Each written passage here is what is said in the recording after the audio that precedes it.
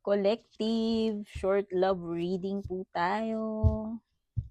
As usual, timeless reading po ito kahit ano pang zodiac sign ninyo or gender as long as nakaka-relate kayo.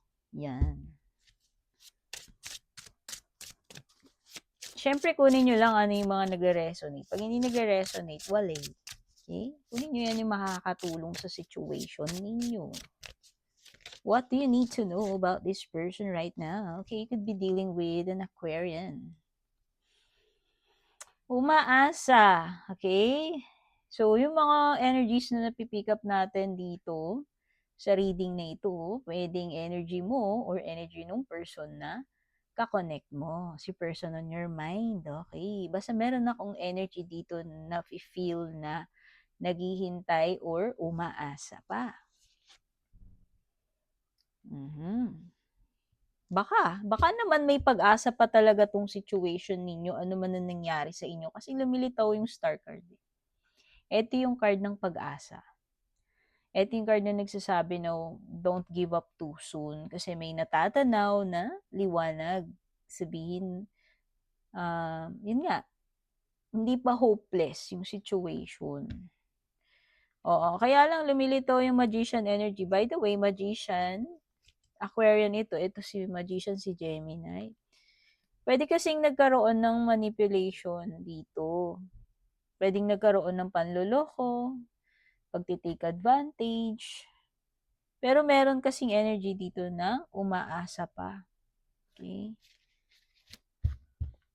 Whether ikaw yan o siya, hindi ko alam. Oo, may mga secrets. May mga secrets na tinatago. For sure, may mga secrets dito. Kaya sabi ko nga, nagkaroon ng trickery, manipulation. Tinake advantage siguro yung masyadong pagiging mabait, no? Hindi ko alam. Matiwala masyado.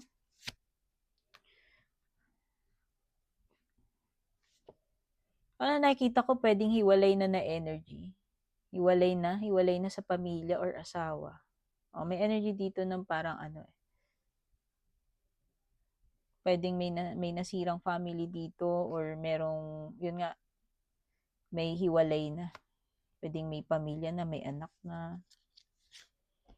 Or this could mean also na baka itong relationship ninyo is meron na sasagasaan na family. Hindi ko alam eh.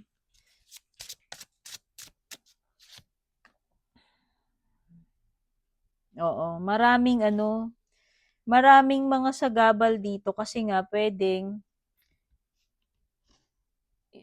ikaw or yung person na kadil mo is taken or may family na married na. Pamilyadong tao, may asawa or may anak.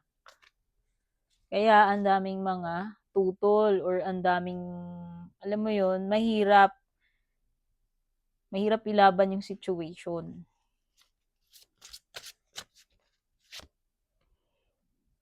Tapos parang may energy pa ng pagiging marupok. By the way, this is Leo.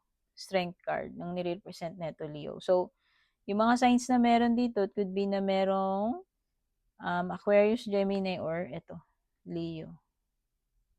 Wala, ito yung energy ng naging marupok. Andaling naakit, alam mo yun, madaling bumigay. Oo. Pero kasi pwede rin itong sign na maring nagkakaroon na ng signs ng kinakikitaan na ng signs ng weakness yung pundasyon ng relationship, no? Pwedeng unti-unti nang humihina yung foundation ng relationship. Depende kasi kung nagkaroon nga ng betrayal dito, nagkaroon ng secrets, lies, manipulation, syempre pwedeng isa yun sa reason para, alam mo yun, mawalan na ng tiwala, magkaroon ng trust issues, and eventually parang nagiging habang tumatagal na hindi nare-resolve yung problema, hindi nagkaroon ng Alam mo yung parang hindi siyempre habang tumatagal na nawawala na yung trust, nawawala na rin yung tibay nung relationship. So, puwedeng yun, mas lalong nagiging vulnerable. Siyempre puwedeng kahit gustuhin natin minsan 'di ba, aminin natin na 'pag ang tao nagsinungaling na sa'yo yung jowa mo, parang hirap ng pagkatiwalaan 'no, lalo na depende sa degree ng ginawa na atraso. So, tignan natin ano yung mga iba pang energy state.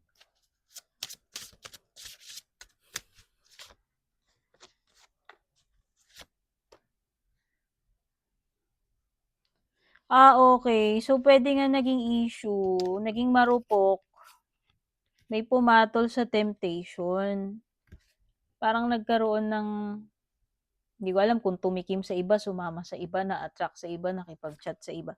Kasi parang nagkaroon ng third party. Again, puwedeng past, present, or future energies 'to sa inyo. Depende ha, kasi ito ay marami kayong nanonood dito. For sure hindi ko makukuha yung mga actual na istorya ninyo. So, bahala na kayo kung ano yung nagre-resonate. Pero this is a sign na puwedeng naging tatlo kayo dito or magiging tatlo kayo kung mangyayari pa lang 'yan. At merong marupok nga na papatol doon. Kasi parang merong ditong energy na na-attract, na magnet, 'no? Nadali ng sex appeal. So, bumigay si Strength card reverse. So, pumatol. Kaya tuloy puwedeng yun, maging trio kayo dito. Ano pa? Tapos tinago. Siyempre nagkakaroon ng lies, ng secrets, 'di ba? No, masisira talaga. Yun yung sisira talaga sa pamilya niyo or relationship niyo kung kayo yung mag-asawa dito, 'no? Lalo na kung yun. Ano pa?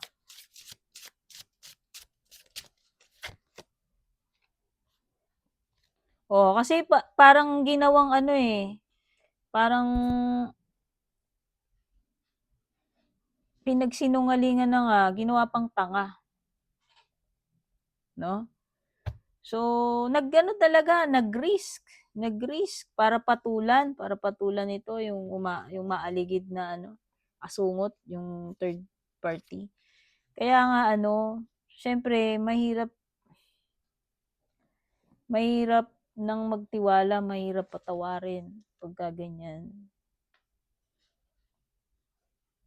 Napaka-reckless ng energy ng full card reversed para sabihin na sumugal talaga, ibig sabihin patulan na parang hindi na inisip ano pa yung mga magiging consequences. Basta pumasok na lang doon sa ganong klaseng connection eh. Okay, so ano pa? Eventually, sabi ko nga, pag nagka-trust issues na, nagka-lies na, ang hirap ng pagkatiwalaan, so dun na bibigay yung pundasyon ng relationship or ng family, kung marriage man yan. Oo. Kasi nga, ang hirap patawarin ng lies, ng betrayal, at saka ng pangangaliwa. So, ang nakikita ko dito is, most likely, magkakaroon ng away, disharmony, trust issues, tapos eventually, alam mo yon yung lamat, 'di ba? Lumalala yung mga lamat eh. Yun yung magiging na parang nagsisimula ng bumigay yung relationship and maghiwalay. Okay?